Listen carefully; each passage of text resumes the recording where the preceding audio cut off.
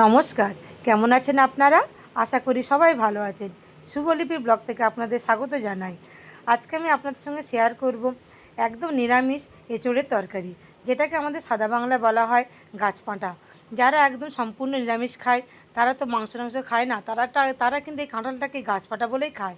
একটু বেশ ভালো করে গুছিয়ে রান্না করতে পারলে দারুণ কিন্তু খেতে লাগবে। আর এই দেখুন, সকাল সকাল আমার ছেলেকে নিয়ে চলে এসেছি এই গাছপাটা কাটতে। আর আপনারা যারা আমার ভিডিও দেখেন, তারা তো দেখেছেন আমার বাড়ির চারিদিকে অনেক রকমের ফলের গাছ, ফুলের গাছ আছে। এই তার মধ্যে একটা হচ্ছে এই কাঁঠাল গাছ। অনেকগুলো কাঁঠাল গাছ আছে, তা ভাবলাম এই গাছের কাঁঠালটা থেকে একটা কেটে নেওয়া যাক। এই দেখুন, অনেকটা উঁচুতে উঠেছিল, একটা চেয়ারও নিয়ে আসা হয়েছিল কাঁঠালটা পাড়ার জন্য।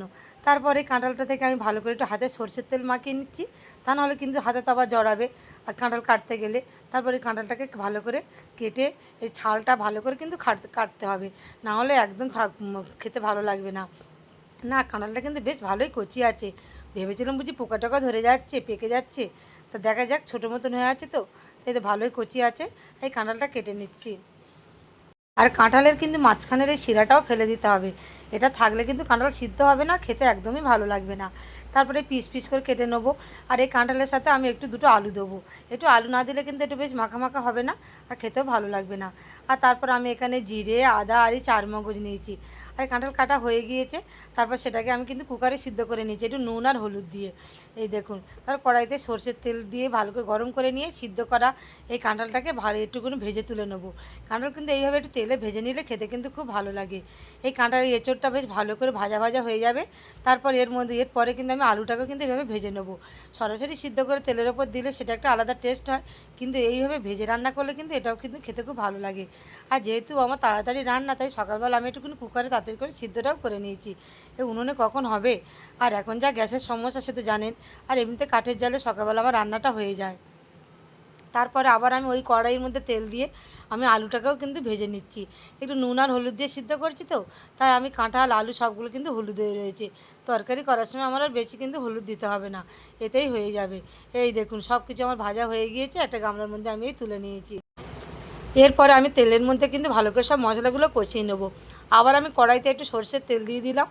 এই তেলটা বেশ ভালো করে গরম হয়ে যাবে, আর তার মধ্যে আমি টমেটো, তেজপাতা সব কিছু ফোড়ন দেবো। আর জিরে আদা তো বেটেই রেখেছি, সেগুলো সব ফোড়ন দেবো। আর দুটো কাঁচা লঙ্কাও কিন্তু আমি দিয়ে দিলাম। যেহেতু এটা সম্পূর্ণ নিরামিষ হবে, তাই এখানে রসুন পেঁয়াজ সেটা দেবো না। এই জিরে আদাটা আমার বাটা হয়ে গিয়েছে, সেটাও আমি তেলের মধ্যে দিয়ে বেশ ভালো করে কষিয়ে নিচ্ছি। এই টমেটো যাতে কাঁচা গন্ধটা না থাকে। আর একটু তাড়াতাড়ি টমেটোটা নরম হয়ে যাবে বলে আমি একটু নুন আর একটু হলুদও এর মধ্যে দিয়ে দিচ্ছি। যেহেতু নিরামিষ তরকারিটা হচ্ছে, তাই এর মধ্যে একটু চারমগজ বাটা দিলে কিন্তু খেতে খুব ভালো লাগে। আর এটা বেশ গ্রেভিটাও বেশ ভালো লাগে, ওরা একটা আলাদা স্বাদ নিয়ে আসে। তারপর একটু লঙ্কার গুঁড়ো আমি দিয়ে দিলাম, আর একটু চিনিও এর মধ্যে দিয়ে দিচ্ছি, যাতে কালারটাও সুন্দর হয় আর মশলার কাজটাও করবে। যেহেতু মশলাটা একটু পুড়ে পুড়ে যাচ্ছিল, তাই অল্প একটু সামান্য জলও আমি এর মধ্যে দিয়ে দিয়েছি। দিয়ে আবার সেই চারমগজ বেটে রেখেছিলাম, সেটাও আমি এই তেলের মধ্যে দিয়ে দিচ্ছি। দিয়ে আবার আমি ভালো করে কষিয়ে নিচ্ছি।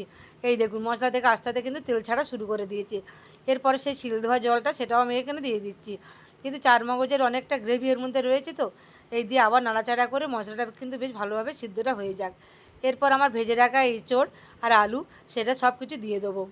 পেঁয়াজ রসুন ছাড়াও যে এত সুন্দর করে নিরামিষ তরকারিটা করা যায়, সেটা কিন্তু একবার না করলে আপনারা বুঝতে পারবেন না। যারা নিরামিষ খায় কিন্তু এইভাবে একটু নিরামিষ তরকারিটা করবেন, দারুণ কিন্তু খেতে লাগবে। তারপর আবার একটুখানি এর মধ্যে আমি জল দিয়ে দিচ্ছি, যেহেতু গ্রেভিটা একটু হবে, মাখা মাখা মতন হবে। দিয়ে তারপর একটু চাপাটা দিয়ে রেখে দেবো, যাতে মশলাটা বেশ ভালোভাবে সিদ্ধ হয়ে যায়। সব কিছুতে কিন্তু রসুন পেঁয়াজ দেওয়ার দরকার লাগে না। নিরামিষ ঘুগনি আমরা যখন করি বা যে কোনো পুজো আচ্ছাতে, তাতে কিন্তু খেতে খুব ভালো লাগে। মাখাটা নামিয়ে নিয়েছি, আর দেখেছেন তো অল্প অল্প একটুখানি কিন্তু জুস এখানে রয়েছে। এটা আবার একটু নাড়াচাড়া করতে হবে, তো আবার একটু কমে যাবে। ব্যাস, আমার তৈরি হয়ে গেল নিরামিষ গাছপাটা। আর নামানোর আগে কিন্তু আমি 1 চামচ গরম মশলা দিতে ভুললাম না। এই গরম মশলাটা দিলে কিন্তু খেতে ভালো লাগবে। তারপর নামিয়ে নিয়ে তারপরে উপর থেকে সামান্য একটু ঘি কিন্তু ছড়িয়ে দিলাম। ব্যাস, তৈরি হয়ে গেল। এবার শুধু গরম গরম ভাতের সাথে খাওয়া।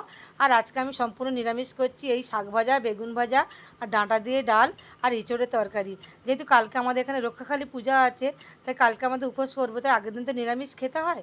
তাই আমরা সম্পূর্ণ কিন্তু এইভাবে নিরামিষ তরকারিটা করলাম। আর এই সময় তো ডাঁটা প্রচুর পরিমাণে পাওয়া যায়, তাই ডাঁটা দিয়ে ডালটা খেতে কিন্তু আমার দারুণ লাগে। এই দুপুরবেলা আমরা সবাই মিলে কিন্তু খেতে বসেছি। তাহলে কেমন লাগলো আজকের আমার এই ভিডিওটি? ভিডিওটি ভালো লাগলে সবাই কিন্তু লাইক করবেন আর কমেন্ট করবেন, আর পেজটিকে ফলো করে পাশে থাকবেন। ধন্যবাদ। আবার আপনাদের সঙ্গে দেখা হচ্ছে আবার পরের কোনো নতুন ভিডিওয়ে।